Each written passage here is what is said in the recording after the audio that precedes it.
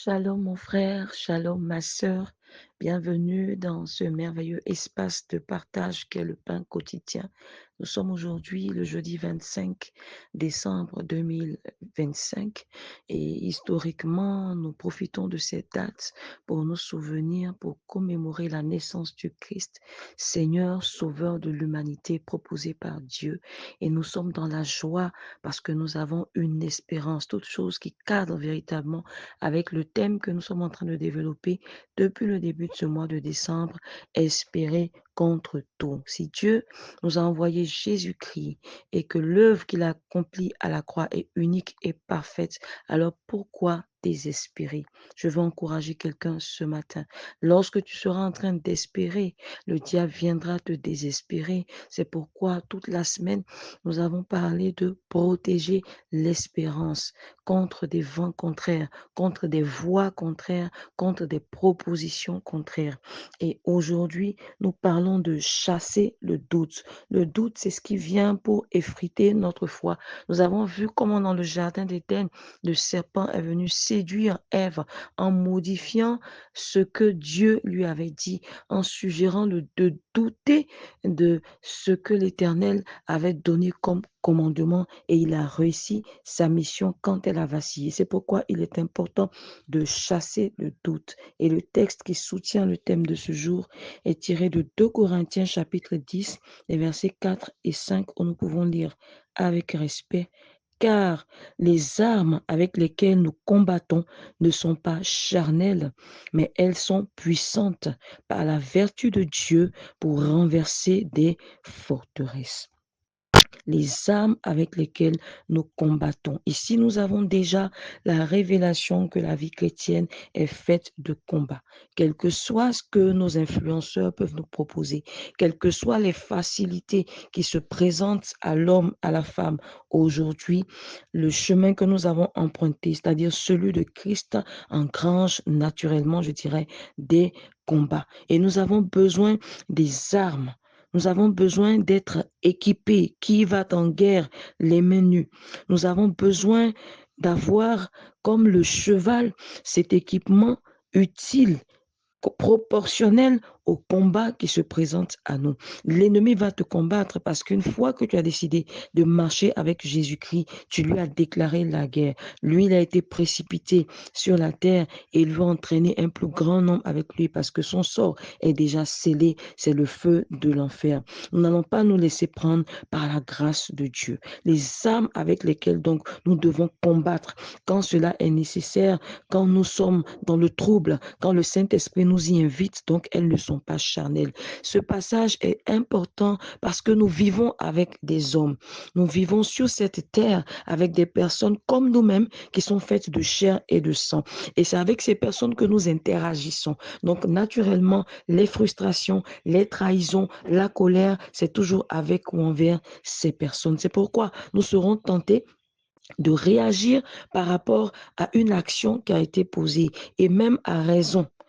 Nous serons tentés de répandre le mal, d'avoir un esprit vindicatif. Nous serons tentés de nous emporter, d'être irascibles, de dire des méchancetés, de calomnier et employer cette chair et ce sang donc pour faire du mal ou pour nous venger parce que, bien aimé, il y a des personnes qui savent nous mettre hors de nous. Mais ce passage vient nous rappeler notre nature divine, notre nature céleste. Parce que lorsque nous venons à Christ, nous recevons l'Esprit de Dieu, l'Esprit en nous qui transforme notre caractère, l'Esprit de Dieu qui nous permet, en lisant la parole de Dieu, de la comprendre, l'Esprit qui nous révèle la pensée de Dieu. Et la pensée principale de Dieu, comme toi et moi nous le savons, c'est l'amour pour lui et l'amour pour le prochain. Alors à l'égard de ton frère, tu ne lui dois rien que l'amour, comme la Bible nous l'enseigne.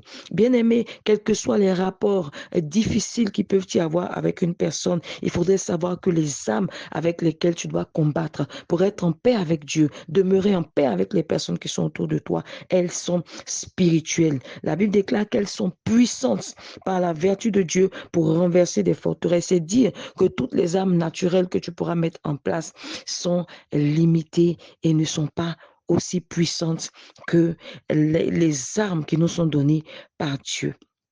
Elles sont puissantes par la vertu de Dieu pour renverser des forteresses. Nous avons trouvé un monde dans lequel la puissance du malin gît. Mais le Seigneur nous demande d'appeler son règne sur la terre afin qu'il vienne nous aider donc à imposer la justice, à imposer la vérité, à imposer l'équité, toutes ces choses auxquelles nous soupirons par ces temps difficiles. Je veux inviter quelqu'un à se souvenir qu'il a reçu de Christ des âmes qui sont puissantes.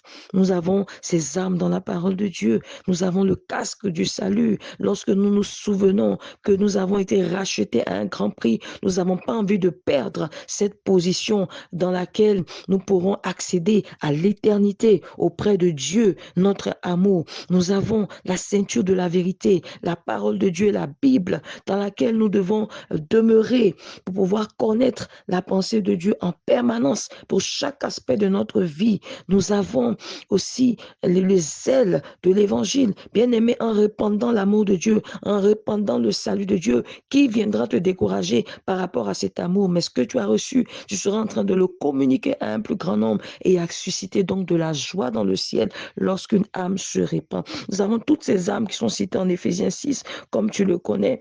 Et je veux t'encourager à lire la Bible et à pouvoir te souvenir que tu as des armes qui sont puissantes par la vertu de Dieu pour renverser les forteresses, quelles que soient les hauteurs spirituelles qui sont dans ta famille. Je t'assure, bien-aimé, qu'il y a des régions où lorsqu'on te parle des démons qui sévissent, tu as l'impression que là-bas, c'est trop difficile. Quand on arrive chez les Dida, oh, c'est difficile. Quelqu'un te dira, chez nous les Apollos, c'est pire. Chez nous les Anida Boisseau, c'est grave. Mais je veux t'annoncer que quels que soient les pouvoirs, les puissances, l'héritage ténébreux qui se trouve dans ta famille et qui a possédé plusieurs personnes ou qui a influencé la vie de génération et de génération, à ton niveau, cela s'arrête parce que les armes que le Seigneur Jésus-Christ te donne sont plus puissantes pour renverser toutes sortes de forteresses. La Bible déclare que celui qui est en nous est plus grand que celui qui est dans le monde. Que cette parole fortifie ton espérance et chasse le doute et chasse la peur afin que tu sois libre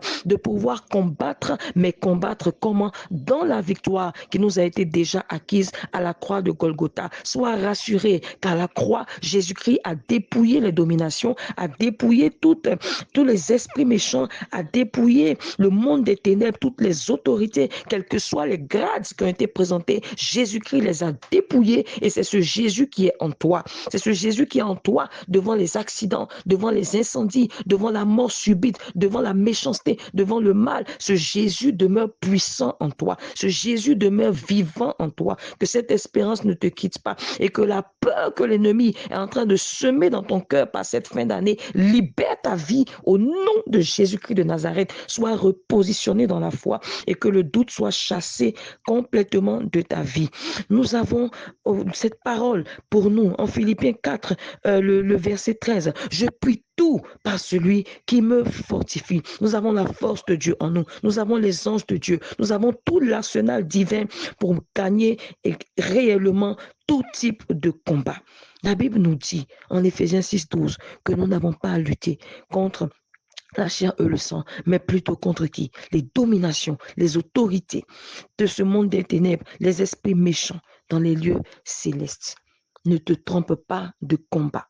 Pendant que l'ennemi s'évertue à créer des divisions, des dissensions, des séparations dans les églises, pendant que l'ennemi s'évertue à diviser les couples, à rébeller le cœur des enfants contre les parents, pendant qu'il s'évertue à opérer dans sa dimension, parce que le diable, c'est celui qui divise, le Seigneur t'appelle à unir ton cœur à lui, à posséder ses armes et à réaliser que toutes les personnes qui sont autour de toi ont besoin de ton amour, ont besoin de ton affection, ont besoin de ton pardon, ont besoin que vous puissiez ensemble unis refléter Christ et repousser l'ennemi. Les armes dont tu as besoin sont spirituelles pour renverser les forteresses des rancœurs, pour renverser les forteresses des vengeances, pour renverser les forteresses du mal sous toutes ses formes. Tu es un victorieux et je veux t'inviter à garder ta paix dans cette saison, à demeurer dans la présence de Dieu et à être dans un cœur réjoui parce que tu as une position privilégiée, tu as une position puissante et tu as Jésus-Christ, le roi des rois, le Seigneur des seigneurs, le Dieu élevé, le Dieu qui vit dans tous les âges avec toi. Sois fortifié, que le doute disparaisse de la vie et que tu sois restauré dans ta foi au nom puissant de Jésus. Amen.